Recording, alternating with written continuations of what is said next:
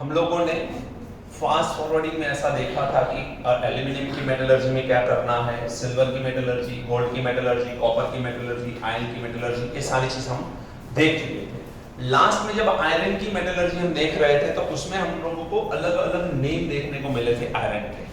जैसे कि सबसे नीचे ब्लास्ट फर्नेस में नीचे की तरफ हम लोगों को मिला था पिग आयरन। अब पिग आयरन, ये पिग आयरन जो है वो इम्प्योर फॉर्म ऑफ आयरन है। सबसे बड़ा इम्प्योर फॉर्म, जितने भी नेम आप जानते हो आयरन के, उनमें सबसे बड़ा इम्प्योर फॉर्म कौन है? Pig iron. उसमें से कुछ इम्प्योरिटीज को हटाएंगे तो उसमें से क्या बनेगा? कास्ट आयरन बनेगा।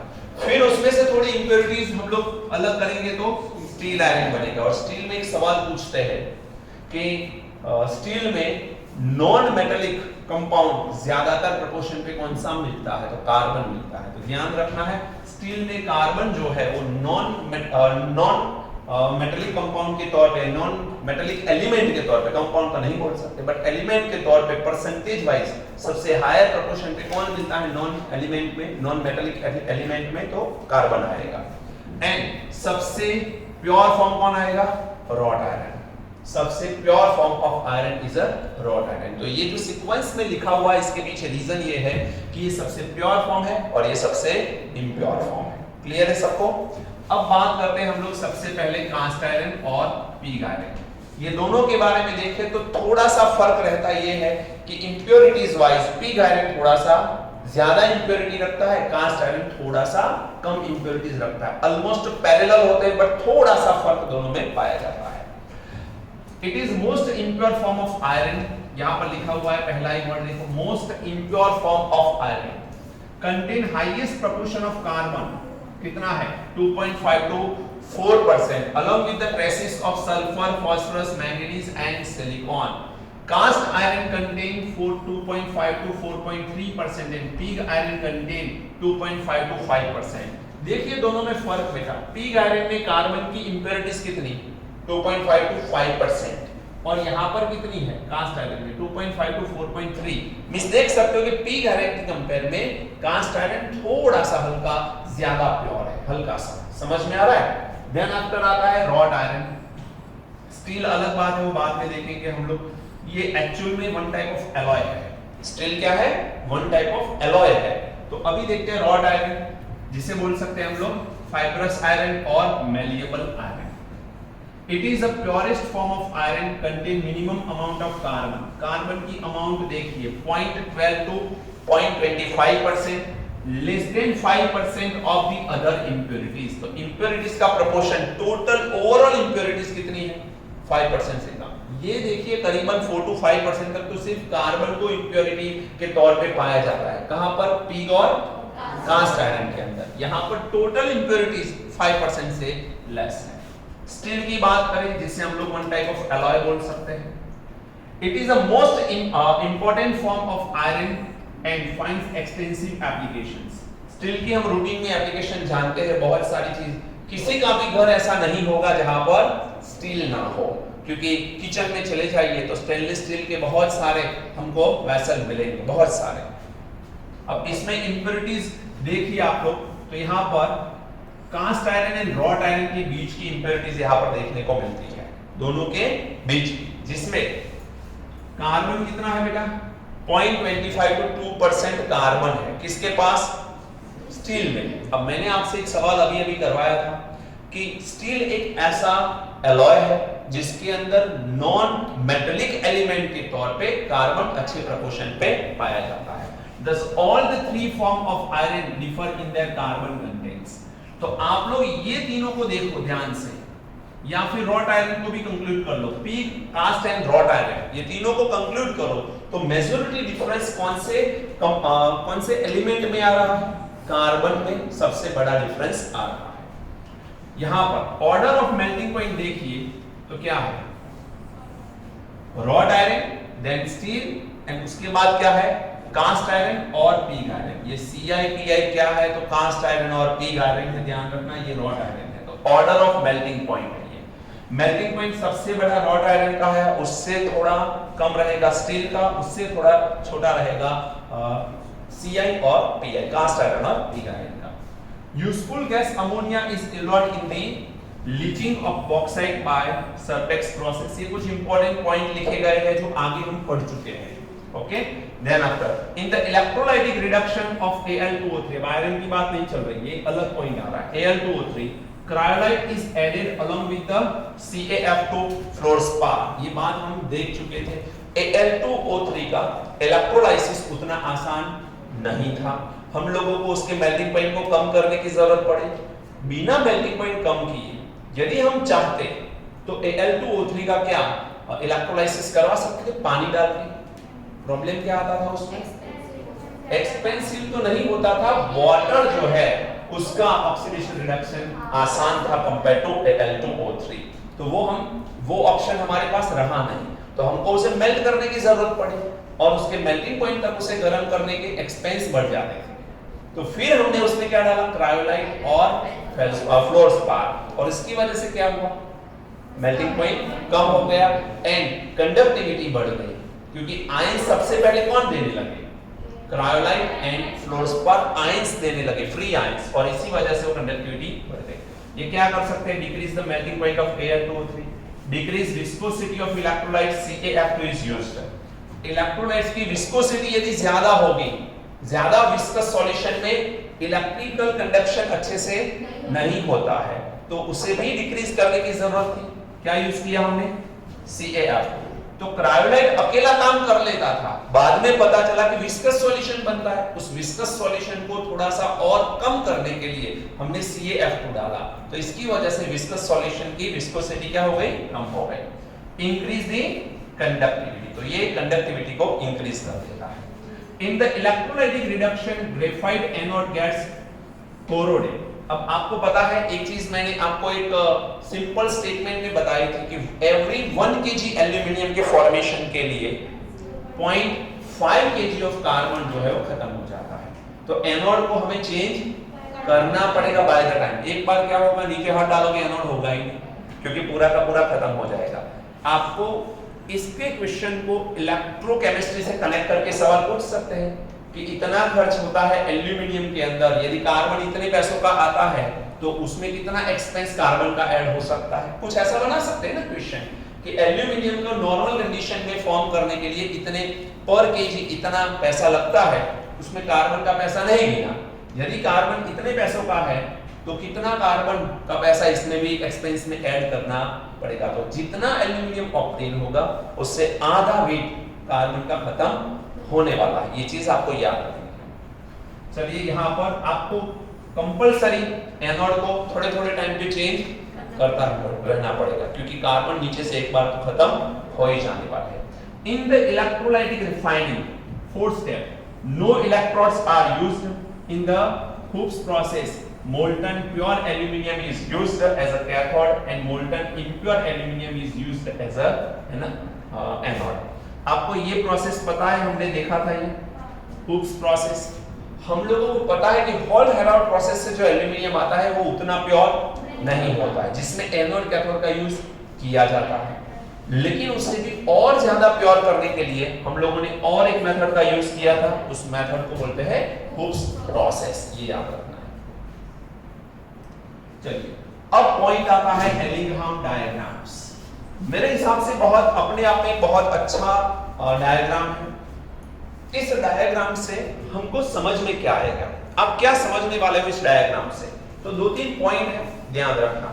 मान के चलिए मेरे पास कोई मेटल का ऑक्साइड है, समझना, क्योंकि एलिंघाम डायग्राम को बिना अंडरस्टैंड किए आप याद कर ही नहीं सकते हो, समझना ही पड़ेगा। समझ गए तो आंसर यू कर दोगे आप, और समझ में नहीं आया तो दिक्कत बहुत बढ़ने वाली है। ध्यान से सुनो, कोई भी मेटलिक ऑक्साइड है आपके पास, अब उस मेटलिक ऑक्साइड में से आपको फॉर्म करना है मेटल। मेटलिक ऑक्साइड को मेटल में कन्वर्ट करना है। कैसे करोगे? प्रोसेस का नेम क्या होगा? मेटलिक ऑक्साइड को मेटल में कन्वर्ट करने की प्रोसेस का नेम क्या होगा बेटा? रिडक्शन। Simple, reduction. कैल्सिनेशन तो किसे बोलते हैं? हाइड्रोक्साइड कार्बोनेट में से ऑक्साइड बनाने का है। मैं बोल रहा हूं ऑक्साइड को मेटल में कन्वर्ट करना है। क्या करेंगे? रिडक्शन करेंगे। अब देखिए सवाल ये है, यहां पर मान के चलिए आपके पास कोई मेटलिक ऑक्साइड है MO टाइप का। ग्रुप नंबर 2 का मेटल है, जैसे कैल्शियम ऑक्साइड है मान लो, तो यहां पर MO है। अब यहां पर कुछ ना कुछ मुझे रिड्यूसिंग एजेंट रखना होगा, कोई ना कोई रिड्यूसिंग एजेंट तो मुझे रखना होगा। तो वो रिड्यूसिंग एजेंट किसे हटाएगा? ऑक्सीजन को। तो यहां पर हम बोल सकते हैं कि रिड्यूसिंग एजेंट के साथ कौन चला गया? ऑक्सीजन। एंड यहां पर मुझे क्या मिल गया? मेटल। लेकिन ये रिड्यूसिंग एजेंट कौन सा यूज करेंगे? तो किस मेटल का रिडक्शन, ऑक्साइड का रिडक्शन हो सकता है, कौन सी मेटल के ऑक्साइड को रिड्यूस करने के लिए कौन सा रिड्यूसिंग एजेंट यूज करना है, ये इंफॉर्मेशन हमको एलिंगहाम डायग्राम से मिलती है। क्या कोई भी रिड्यूसिंग एजेंट किसी भी मेटलिक ऑक्साइड को मेटल में कन्वर्ट कर लेगा? यदि मैं आपसे सवाल पूछूं कि मेरे पास कैल्शियम ऑक्साइड है और मैं यहां पर मैग्नीशियम रखता हूं, समझना ध्यान से, और लिखने के लिए मैं ऐसा लिखता हूं कि मुझे मिल रहा है यहां पर MgO प्लस कैल्शियम। एक तो ये रिएक्शन हुआ कि ऑक्सीजन कौन ले गया? मैग्नीशियम, एंड कैल्शियम अकेला हो गया। दूसरा ये भी तो हो सकता है MgO के साथ में कैल्शियम को रखूं तो यहां पर बनेगा calcium oxide and magnesium. Reaction लिखने के लिए तो दोनों लिख सकते हैं, बट ये दोनों में से प्रैक्टिकली कोई एक पॉसिबल है, दोनों पॉसिबल। अब दोनों में से सही कौन सा है, ये इंफॉर्मेशन एलिंगहाम डायग्राम दे सकता है। अब समझ में आ रहा है पॉइंट की? ये समझ में आ रहा है कि एलिंगहाम कर क्या रहा है डायग्राम से, हमें इंफॉर्मेशन क्या मिला, कितने लोग समझ पा रहे हैं? गुड। तो ये दोनों में से कौन सा रिएक्शन सही है, कौन सा रिएक्शन सही नहीं है, या हो सकता है और कौन सा नहीं हो सकता, ये चीज हमको एलिंगहाम डायग्राम से समझ में आएगी। अब देखिए, हम लोगों को इसके लिए थोड़ा बहुत यूज थर्मोडायनेमिक्स का करना होगा। अब थर्मोडायनेमिक्स में एक फॉर्मूला है, delta G is equal to delta H minus T delta X। यदि मैं इसे F लिखूं, फॉर्मेशन गिव्स फ्री एनर्जी फॉर्मेशन के लिए, तो मुझे ये भी फॉर्मेशन लेनी होगी और ये भी फॉर्मेशन के लिए लेनी होगी, राइट? अब ये जो हमने इक्वेशन थर्मोडायनेमिक्स में पढ़ा है, इस इक्वेशन के थ्रू हम लोग एक कंक्लूजन निकाल देते हैं कि डेल्टा G की वैल्यू नेगेटिव आए तो रिएक्शन स्पॉन्टेनियस होता है, पता है कि नहीं? और डेल्टा G की वैल्यू पॉजिटिव आ जाए तो रिएक्शन स्पॉन्टेनियस नहीं होता है। अब इंडस्ट्री के अंदर कोई भी फेवरेबल कंडीशन में डेल्टा G की वैल्यू कौन सी कंसीडर करी जाएगी? नेगेटिव। इंडस्ट्री में रिएक्शन स्पॉन्टेनियस करवाना है तो डेल्टा G की वैल्यू नेगेटिव होना जरूरी है। चलिए देखते हैं। इस इक्वेशन को मैं y is equal to c plus mx से कंपेयर करूं, स्ट्रेट लाइन इक्वेशन। अब यदि इससे कंपेयर करता हूं तो y की जगह कौन है? डेल्टा Hg, और x की जगह हम लोग टेम्परेचर लेने वाले हैं। x की जगह कौन लेने वाले? टेम्परेचर। इसका मतलब ये है कि मैं यहां पर जो ग्राफ प्लॉट करने वाला हूं, वो ग्राफ इसके बीच में प्लॉट करने वाला हूं, डेल्टा Hg वर्सेस T का मैं ग्राफ प्लॉट करने वाला हूं। अब उस ग्राफ को यदि मैं देखूं, यहां पर देखें उस ग्राफ को, तो थोड़ा सा समझना ध्यान से। यहां पर मैं टेम्परेचर ले रहा हूं, यहां पर डेल्टा Hg ले रहा हूं, ओके। अब डेल्टा Gf की वैल्यू में यहां कहीं जीरो है, जीरो ये है, दैट मींस जीरो से नीचे की वैल्यू नेगेटिव होगी, इसके ऊपर की वैल्यू पॉजिटिव होगी। समझ में इतना तो आ ही सकता है। तो ये लाइन पे मुझे डेल्टा G की वैल्यू कैसे मिल रही है, या डेल्टा Gf की वैल्यू कैसे मिल रही है? जीरो, जो कोई फेवरेबल कंडीशन नहीं है। हमको फेवरेबल कंडीशन कौन सी दिखेगी? ये लाइन से नीचे की लाइन हमको फेवरेबल कंडीशन दिखेगी। अब मान के चलिए यहां पर कोई 1200 वैल्यू आ रही है, यहां पर 1100 है, यहां पर 1000 है, यहां पर 900 है, ऐसी कोई वैल्यू नीचे की तरफ है, और ये सारी वैल्यू कैसी है? नेगेटिव है। डेल्टा H0 की वैल्यू सारी नेगेटिव है। अब हो सकता है कि यहां से मैं ग्राफ प्लॉट करूं कुछ इस तरह से, ये ग्राफ मैं प्लॉट कर रहा हूं, ये ग्राफ कुछ इस तरह से जा रहा है, ओके। और दूसरा ग्राफ जो है कुछ इस तरह से आगे बढ़ रहा है, इस तरह से दूसरा ग्राफ जा रहा है, समझना ध्यान से। तीसरा ग्राफ में प्लॉट कर रहा हूं कुछ ऐसा। ये तीन ग्राफ यहां पर ध्यान से देखो, बाकी हम ग्राफ एक्चुअल में जो है उसे देखने वाले हैं, लेकिन अभी समझने के लिए समझना है आपको। आप लोगों को मेटेलिक ऑक्साइड का फॉर्मेशन के ग्राफ है, मेटेलिक ऑक्साइड के फॉर्मेशन के ग्राफ है। दैट मींस मान के चलिए यहां पर कोई एक ऑक्साइड है, जैसे कि कैल्शियम है, 1/2 O2 से मिलेगा, क्या बनाएगा बेटा? कैल्शियम ऑक्साइड, सॉलिड बनाएगा। ये सॉलिड है। यहां पर ये सॉलिड गैस सॉलिड को लिखना बहुत जरूरी है, अभी थोड़ी देर में पता चलेगा reason. Magnesium solid 1/2 O2 gas, यहां पर क्या बन रहा है? MgO solid. हो सकता है यहां पर आपने जिंक ले लिया, जिंक सॉलिड, फिर आपने यहां पर O2 गैस ले लिया 1/2 मोल, और यहां पर बन रहा है जिंक ऑक्साइड सॉलिड।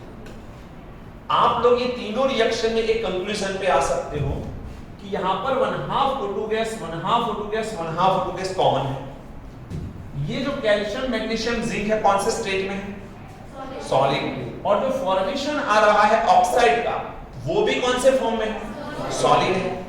लेकिन यहां पर रिएक्टेंट में देखा जाए तो सॉलिड के साथ गैस भी इन्वॉल्व है। अब मुझे बताइए सॉलिड लिक्विड एंड गैस में सबसे ज्यादा एंट्रोपी की वैल्यू कहां मिलती है? गैस में, क्योंकि वो तो रैंडमनेस है, डिसऑर्डर है, और डिसऑर्डर सबसे बड़ा कहां होता है? गैस में। अब यदि मैं रिएक्टेंट के डिसऑर्डर को प्रोडक्ट के डिसऑर्डर से कंपेयर करूं तो बेटा बढ़ेगा कि कम होगा? कम होगा, क्योंकि यहां पर 1 मोल सॉलिड तो दिख ही रहा है, बट यहां पर 1/2 मोल ऑफ गैस, जो गैस नहीं रहा है यहां पर, तो गैस के मोल्स क्या हो रहे हैं? कम। नंबर ऑफ गैसियस मोल जब कम होते हैं तो एंट्रोपी की वैल्यू क्या होगी? कम।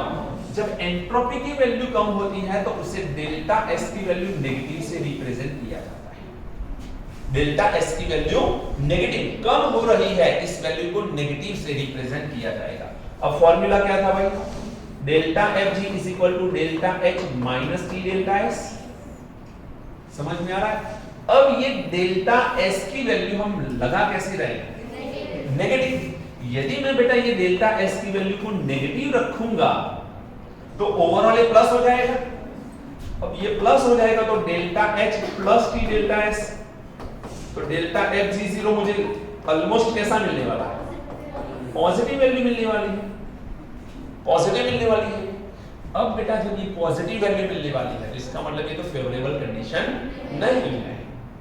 यदि मैं कुछ ऐसा करूं कि जिसके अंदर मुझे delta F G is equal to delta H minus T delta S के अंदर डेल्टा एस की वैल्यू मुझे पॉजिटिव मिले, डेल्टा एस की वैल्यू पॉजिटिव मिले, तो वैल्यू पॉजिटिव रखने से ये आंसर नेगेटिव आएगा। ये आंसर नेगेटिव आएगा और ऐसा अज्यूम किया जाए कि टी डेल्टा एस की वैल्यू डेल्टा एच के कंपेयर में बड़ी है, अकेला नेगेटिव आने से फर्क नहीं पड़ेगा, टी डेल्टा एस की वैल्यू ओवरऑल बड़ी भी होनी चाहिए compare to delta H, then we can say delta F G zero, delta F G is equal to negative. जब नेगेटिव आएगा तो ये फेवरेबल कंडीशन है। ओके, तो यहां पर जो फेवरेबल नहीं लिखा, अब क्या ये कंडीशन आ सकती है? तो आ सकती है। इसे जस्ट उल्टा करो, इसे जस्ट उल्टा करो। जैसे कि हमने कैल्शियम ऑक्साइड ले लिया, ये कैल्शियम बनाता है और 1/2 O2 दे रहा है बेटा, तो क्या हो रहा है? एंट्रोपी बढ़ रही है। एंट्रोपी बढ़ेगी तो डेल्टा एस की वैल्यू पॉजिटिव, उस केस में delta H G zero negative आएगा। और हमें तो यही करवाना है, क्योंकि हमने पहले एलिग्राम की शुरुआत करने से पहले मैंने आपसे क्या बताया, हमको करना क्या है? ऑक्साइड को रिड्यूस करके मेटल में कन्वर्ट करना है।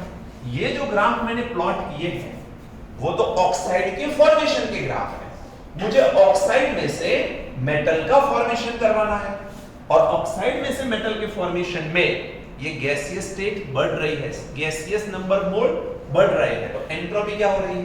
इंक्रीज। एंट्रोपी इंक्रीज हो रही है, गैसियस मोल बढ़ रहे हैं, एंट्रोपी इंक्रीज। जब एंट्रोपी इंक्रीज तो डेल्टा एस की वैल्यू पॉजिटिव, डेल्टा एस की वैल्यू पॉजिटिव, और overall assume that T delta S is higher than the delta H, in that case delta F G is equal to negative value. तो this is the favourable condition. दूसरी चीज, यहां पर आपको slope पूछ सकते हैं। अब स्लोप पूछेंगे तो एक्चुअल में इस फॉर्मूला से हम लोग स्लोप क्या लिख सकते हैं? स्लोप माइनस डेल्टा एस आएगा इसमें, लेकिन जब डेल्टा एस की वैल्यू नेगेटिव आएगी तो ओवरऑल स्लोप पॉजिटिव हो जाएगा।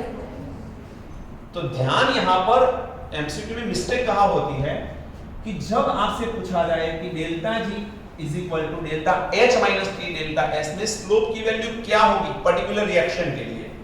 अब पर्टिकुलर रिएक्शन होगा तो उसमें सबसे पहले आपको ये कंक्लूजन निकालना है कि डेल्टा S नेगेटिव है कि पॉजिटिव। अब आपको पता है कि according to this formula delta S कैसा है, नेगेटिव। डेल्टा S बेटा नेगेटिव है और उसमें मैं नेगेटिव वैल्यू रखूंगा। कैसे आई नेगेटिव वैल्यू? इक्वेशन से पता चला कि डेल्टा S नेगेटिव आ रहा है, फॉर्मूला से स्लोप मिला नेगेटिव, तो नेगेटिव में नेगेटिव डालेंगे तो ओवरऑल स्लोप पॉजिटिव होता है, इसलिए ग्राफ ऊपर जा रहा है। अब समझ में आया ग्राफ ऊपर की तरफ क्यों जा रहा है? स्लोप तो नेगेटिव है, स्लोप नेगेटिव तो ग्राफ ऐसे आना चाहिए ना।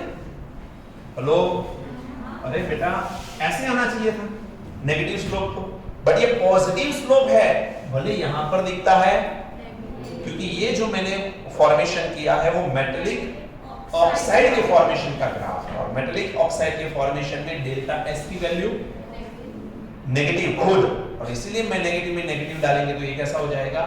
इतने लोग समझ पाए यहां तक, लोड नहीं पड़ रहा ना, चीजें थर्मोडायनामिक्स की है, पता होना चाहिए आपको। चलिए अब यहां पर यदि मैं बताऊं तो ऐसे इक्वेशन के लिए ये ग्राफ थोड़ा नीचे की तरफ आएगा, इस इक्वेशन के लिए ग्राफ ऐसे आएगा। ओके, अब इंपॉर्टेंट पॉइंट यहां पर क्या है?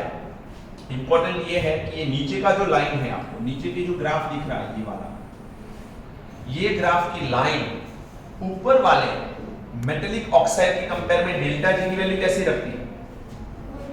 More negative. देखो मान के चलिए यहां पर आपके पास है, समझना ध्यान से, एक एग्जांपल ले रहा हूं, एग्जैक्ट हम बाद में समझेंगे। CaO है और ये MgO की लाइन है, ये CaO की लाइन है, ऊपर MgO की लाइन है, ऐसा समझ लेते हैं। तो प्रैक्टिकली देखेंगे तब पता चलेगा CaO ऊपर भी हो सकता है, ये तो मैं समझाने के लिए यूज कर रहा हूं। तो ये क्या बना होगा बेटा? यहां पर Mg solid plus 1/2 O2 gas क्या बनाएगा? MgO, और यहां पर क्या होगा? Ca solid plus 1/2 O2 gas CO बनाएगा। ओके, अब वो हमारे दो क्वेश्चन थे, अब दोनों क्वेश्चन को देखते हैं जरा ध्यान से देखो। दोनों क्वेश्चन, कैल्शियम ऑक्साइड किसमें कन्वर्ट हो रहा है? कैल्शियम में। मैग्नीशियम किसमें कन्वर्ट हो रहा है? मैग्नीशियम ऑक्साइड में कन्वर्ट हो रहा है। मैग्नीशियम ऑक्साइड में कन्वर्ट हो रहा है। मैग्नीशियम ऑक्साइड में कन्वर्ट हो रहा है, जिसकी डेल्टा जी की वैल्यू कितनी है? -1100। तो हम लोग ऐसा यहां पर लिख सकते हैं कि यहां पर डेल्टा फाइनल वैल्यू यदि मैं डेल्टा जी की फाइंड करना चाहूं तो एक तो -1100 आएगा Mg to MgO, लेकिन कैल्शियम ऑक्साइड से बन रहा है कैल्शियम। अब कैल्शियम ऑक्साइड से जब कैल्शियम बन रहा है तो कैल्शियम से कैल्शियम ऑक्साइड का जस्ट उल्टा, तो इसे रिवर्स रिएक्शन लेके आओ तो ये -1200 की जगह क्या हो जाएगा? +1200। कर सकते हैं इतना। तो यदि ये +1200 हुआ तो यहां पर मैं +1200 लिखूं तो फाइनल आंसर क्या आएगा?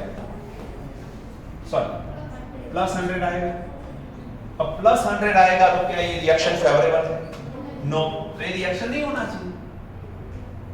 समझ में आ रहा है कि नहीं?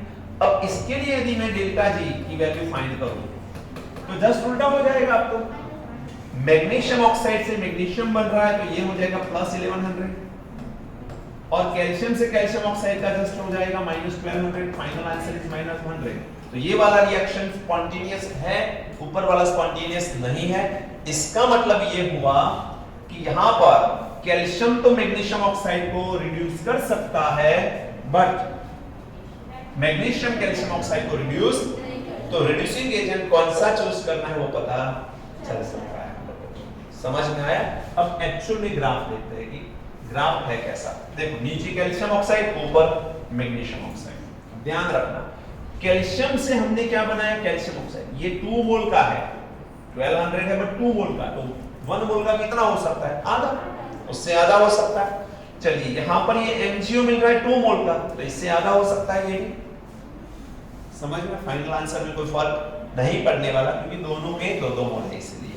तो ये जो है मोर नेगेटिव वैल्यू वाला जो कैल्शियम ऑक्साइड है, ये नीचे वाला ऊपर वाले को रिड्यूस कर सकता है कि नहीं कर सकता है? ये कैल्शियम को यदि मैं यहां पर रखूं, मैग्नीशियम ऑक्साइड ले लिया, कैल्शियम ले लिया, और यहां पर मैं चाहूं तो मुझे magnesium and calcium oxide form करवाना है, तो मैग्नीशियम ऑक्साइड से मैग्नीशियम लाना है उल्टा, तो जस्ट ये हो जाएगा प्लस 1100, अभी 2 मोल का है, आधा करके देखो तो 550 हो जाएगा बेटा, 550। और कैल्शियम से क्या बन रहा है, कैल्शियम ऑक्साइड, इसकी आधी वैल्यू कितनी है, -6, ओवरऑल वैल्यू क्या आएगी, -50, जो फेवरेबल कंडीशन को रिप्रेजेंट कर रहा है। एनी डाउट, समझ में आ रहा है, फेवरेबल कंडीशन को रिप्रेजेंट कर रहा है। अब देखिए इससे कहानी ये निकल के आती है कि नीचे वाले ऑक्साइड का मेटल, ग्राफ में नीचे वाले ऑक्साइड का मेटल ऊपर वाले ऑक्साइड को रिड्यूस कर सकता है। ग्राफ में जो नीचे की तरफ है उस ऑक्साइड की मेटल ऊपर वाले ऑक्साइड को रिड्यूस कर सकता है। तो मैं ऐसा भी बोल सकता हूं कि ये मैग्नीशियम ऑक्साइड का मैग्नीशियम Al2O3 को रिड्यूस कर सकता है, कर सकता है कि नहीं। यदि मैं ऐसा रिएक्शन लिख के दे दूं आपको कि Al2O3 प्लस Mg, 3 मोल Mg ले लूं, यहां पर मिलेगा 3 mole of MgO plus 2 mole of aluminium, is this reaction is possible? Yes, absolutely possible. यदि मैं ऐसा रिएक्शन लिख के दे दूं Al2O3 plus 3 mol of calcium, then it gives us 3 mol of CaO plus 2 mol of aluminium. Is this possible? Yes. Possible. ये तो और भी अच्छे से होगा। अब ये दोनों में ज्यादा अच्छे से कौन होगा, तो नीचे वाला, क्योंकि having a more negative value। कितने लोग समझ पा रहे हैं? क्लियर है? चलिए, अब क्या क्रोमियम Al2O3 को रिड्यूस कर सकता है? यदि मैं रिएक्शन ऐसा लिखूं कि Al2O3 प्लस 2 मोल क्रोमियम और यहां पर Cr2O3 plus 2 mole of aluminium, is this possible? ये रिएक्शन पॉसिबल नहीं है। डेल्टा G की वैल्यू पॉजिटिव आएगी। ऊपर वाली मेटल नीचे वाले ऑक्साइड को रिड्यूस नहीं कर सकती, बट नीचे वाली मेटल ऊपर वाले ऑक्साइड को रिड्यूस कर सकती है। दूसरा पॉइंट, ये टेम्परेचर के साथ देखना है। अब कहीं आप देख रहे हो कि एक ऐसा पॉइंट है जहां से ये ऊपर की तरफ शिफ्ट हो रहा है, तो इस टेम्परेचर तक यदि हम देखें तो इस टेम्परेचर तक, जैसे कि 1200 और 1600 के बीच का है, 1400 मान लो, तो ये 1400 टेम्परेचर तक मैग्नीशियम Al2O3 को रिड्यूस कर सकता था। After 1400 degree Celsius aluminium magnesium oxide को रिड्यूस करेगा। ग्राफ चेंज हो गया ना, देखो ये नीचे आ गया, ये ऊपर चला गया। नहीं समझ में आ रहा है? ये टेम्परेचर तक बेटा नीचे कौन था, मैग्नीशियम का ग्राफ, ऊपर की तरफ कौन सा ग्राफ है, एल्यूमिनियम का। तो Al2O3 को मैग्नीशियम आसानी से रिड्यूस कर सकता है before 1400 degree Celsius temperature. After 1400 degree Celsius aluminium का ग्राफ नीचे आ रहा है, मैग्नीशियम का ऊपर जा रहा है, तो एल्यूमिनियम रिड्यूसिंग एजेंट हो जाएगा मैग्नीशियम ऑक्साइड के लिए। समझ में आ रहा है? अब सवाल ये उठता है कि यहां से ग्राफ का एंगल चेंज क्यों हुआ? सवाल ये उठता है, तो जब जब एलिंगहाम में एंगल चेंज होता है, दैट मींस उस ऑक्साइड की स्टेट बदल रही है। ऑक्साइड सॉलिड था, वो लिक्विड या गैस में कन्वर्ट हो सकता है। अब लिक्विड या गैस में कन्वर्ट होगा तो ओवरऑल एंट्रोपी चेंज हो जाएगी, और चेंज हो जाएगी तो ग्राफ चेंज हो जाएगा। समझ में आ रहा है कि नहीं? क्लियर है सबको? तो यहां से ये सवाल आपको करने हैं, सवाल यहां से पूछ सकते हैं आपको कि कौन सा अच्छा रिड्यूसिंग एजेंट है। अब आप लोगों को यदि एलिंगहाम में समझ नहीं आता कि कितना भी सर ये मगजमारी करो, हमें दिमाग में नहीं आ रहा, कोई बात नहीं, सबसे आसान तरीका है TCS सीरीज से समझ लो। कौन किसका रिडक्शन कर सकता है वो तो पता ही है वहां से, तो यही है ये, और कोई नई बात नहीं समझा रहा मैं, सिर्फ यहां पर ऑक्साइड के अकॉर्डिंग बात है, वहां पर कोई भी बात है। रिडक्शन पोटेंशियल ऊपर वाले मेटल या जो भी एलिमेंट है उनका ज्यादा था। ECS में क्या था बेटा, रिडक्शन पोटेंशियल ऊपर जो थे लिथियम प्लस मान के चलो, तो जो ऊपर थे उनका रिडक्शन पोटेंशियल कैसा था, रिडक्शन पोटेंशियल ज्यादा था। डिक्रीजिंग ऑर्डर करो तो नीचे, अब आप कौन सा देख रहे हो पता नहीं। इन शॉर्ट मैं ऐसा मानता हूं कि ऊपर रिडक्शन पोटेंशियल ज्यादा है, ऐसा मेटल समझ लो। कोई भी एलिमेंट है जिनका रिडक्शन पोटेंशियल ज्यादा है ऊपर, नीचे रिडक्शन पोटेंशियल कम है, समझ लो। तो जिसका रिडक्शन पोटेंशियल ज्यादा है वो क्या कर सकता है, अच्छे से रिड्यूस हो सकता है। तो नीचे वाले एलिमेंट का वो रिडक्शन कर सकता, ऑक्सीडेशन कर सकता है और खुद रिड्यूस हो सकता है, खुद रिड्यूस हो सकता है। उल्टा सोचो, नीचे वाले एलिमेंट का खुद का क्या हो सकता है, ऑक्सीडेशन, तो वो ऊपर वाले मेटल का या एलिमेंट का क्या कर सकते हैं, सिंपल। तो वो रिडक्शन पोटेंशियल या ऑक्सीडेशन पोटेंशियल से हम डिसीजन लेते थे वहां पर। यहां पर आपको डेल्टा जी की वैल्यू से डिसीजन लेना है और कुछ नहीं है। इन शॉर्ट, कौन से ऑक्साइड को रिड्यूस करने के लिए फेवरेबल रिड्यूसिंग एजेंट कौन सा है, ये ग्राफ से हमें पता चलता है। This is known as a Ellingham diagram. Okay, अब आगे बढ़ते हैं और यहां पर इस पॉइंट को समझते हैं, ध्यान से समझना, ध्यान से। ये वैल्यू जो डेल्टा जी की है, यहां पर डेल्टा जी की वैल्यू 0 आ रही है बेटा, 0 आ रही है। ये पॉजिटिव है, ये नेगेटिव और ये 0 है। ओके, अब ये जो ग्राफ जा रहा है ऊपर की तरफ, ये किस चीज का ग्राफ है, देखो जरा। Carbon monoxide O2 and CO2, तो कार्बन मोनोऑक्साइड किस में कन्वर्ट हुआ, CO2 के अंदर। इन दैट केस हम लोग लिख सकते हैं कि 2 mole of CO2 gas, O2 gas, और यहां पर 2 मोल ऑफ CO2 गैस देगा, राइट। इसे 1 मोल में कन्वर्ट करना चाहो तो कर सकते हो आप लोग, इसे 1/2 ले लो, इसे 2 को हटा दो। 1 मोल के रेफरेंस में हम तय करना चाहे तो कर सकते हैं कि नहीं। यदि मैं इसे 1/2 ले लूं तो हो गया। अब ये कैसा है, गैसियस, ये कैसा है, गैसियस। तो ये रिएक्टेंट साइड गैसियस मोल कितने हैं, 1.5, 1 मोल एंड 1/2 गैसियस मोल। आप वही 3/2 बोलो कि 1.5 बोलो, बात एक ही है बेटा।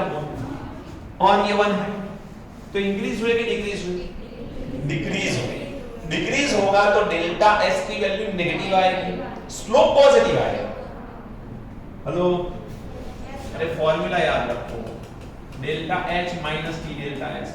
हम जानते हैं कि इसमें डेल्टा एस नेगेटिव आएगा। क्यों नेगेटिव आएगा, क्योंकि गैसियस मोल कम हुए। गैसियस मोल कम हुए तो delta S negative, delta S negative को यहां पर रखा तो स्लोप ओवरऑल पॉजिटिव, और इसलिए ग्राफ ऊपर चला गया।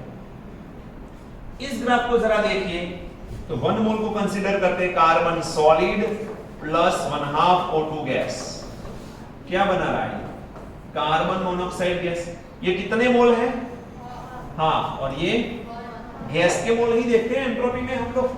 तो 1/2 से 1 मोल हो रहा है, मींस इंक्रीज हो रहा है। डेल्टा एस की वैल्यू बढ़ रही है, तो डेल्टा एस की वैल्यू पॉजिटिव। नेगेटिव स्लोप में पॉजिटिव वैल्यू ऐड करेंगे, स्लोप तो नेगेटिव रहेगा, और इसलिए ग्राफ डाउन साइड है। देखो ये स्लोप कैसा है, नेगेटिव, ये स्लोप कैसा है, पॉजिटिव। अब इसको जरा देखते हैं, carbon plus O2 gas gives CO2 gas, 1 मोल 1 मोल, दोनों में एंट्रोपी चेंज नहीं हो रही, वैल्यू 0 ले लो, तो delta G become delta H. At that time delta G की वैल्यू 0 कंसीडर करते हैं, ना ही बढ़ रही है ना ही कम हो रही है। समझ में आ रहा है पॉइंट। अब देखिए ये टाइम तक, ये टेम्परेचर तक, वो टेम्परेचर कितना है 710 डिग्री सेल्सियस। ये टेम्परेचर तक यहां पर कार्बन मोनोऑक्साइड जो है वो नीचे है, तो ऊपर वाले ऑक्साइड को वो रिड्यूस कर सकता है। अब याद करो, below 710 degree Celsius temperature carbon monoxide is a very good reducing agent, but after 710 उसका ग्राफ तो ऊपर चला जाता है। अब उसका ग्राफ ऊपर चला जाएगा तो वो क्या अच्छा रिड्यूसिंग एजेंट कहलाएगा, नो। बट नीचे कौन आ रहा है, कार्बन, तो अच्छा reducing agent at high temperature कौन बन गया। अब ये चीज मैंने पहले बताई थी आपको कि हाई टेम्परेचर पे कार्बन अच्छा रिड्यूसिंग एजेंट है एंड लो टेम्परेचर पे कार्बन मोनोऑक्साइड अच्छा रिड्यूसिंग एजेंट है। रीजन एलिंगहम डायग्राम है, रीजन एलिंगहम डायग्राम। तो एलिंगहम डायग्राम से हम एक कंक्लूजन पे आ सकते हैं, at lower temperature if we want to use the reducing agent then go with the carbon monoxide, and at a high temperature you have required of a reducing agent then go with the carbon। तो ये चीज याद रखना, समझ में आया।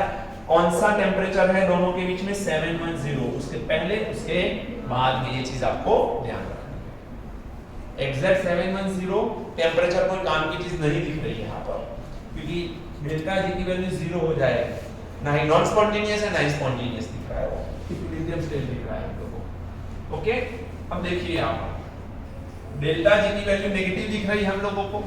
जब calcium को MgO के साथ Al2O3 के साथ या Cr2O3 के साथ हम लोग गर्म कर रहे हैं, तो कैल्शियम इसका ऑक्सीजन लेके क्या बनाएगा, ऑक्साइड, और इसका मैग्नीशियम या फिर एल्यूमिनियम या फिर क्रोमियम अलग हो जाएगा।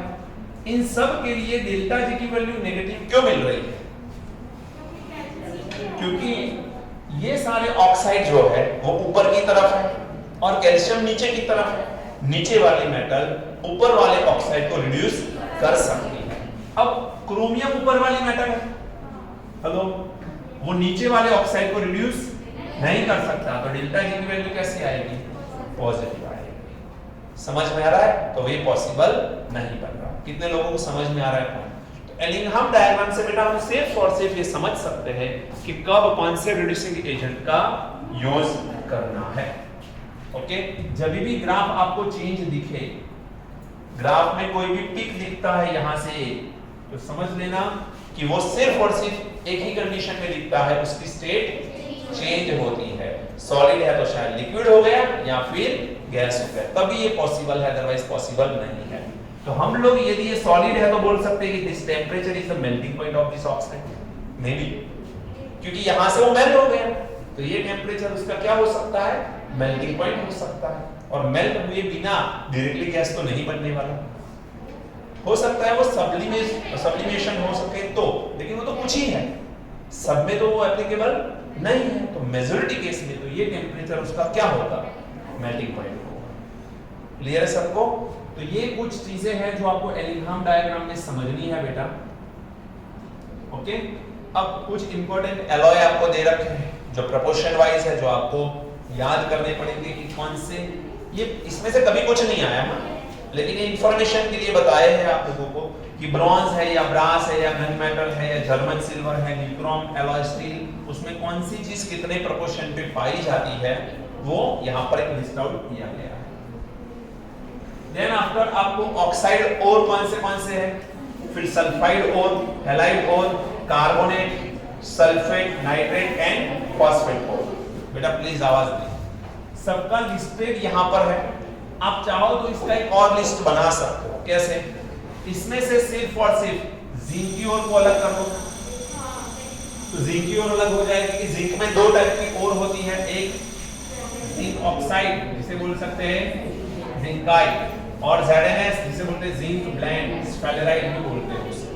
तो उस तरह से आप चाहो तो सबकी ओर को अलग भी कर सकते हो। यहाँ पर जो लिस्टेड दिया है वो ऑक्साइड अलग, सल्फाइड अलग, हैलाइड अलग, उस तरह से पूरा लिस्ट यहाँ पर बनाया गया है। ओके, तो यहाँ पर आपका ये चैप्टर खत्म होता है। लास्ट चैप्टर के बारे में हमें डिस्कशन अब करनी है, कुछ क्वेश्चंस करेंगे और उसके अकॉर्डिंग डिस्कशन करेंगे।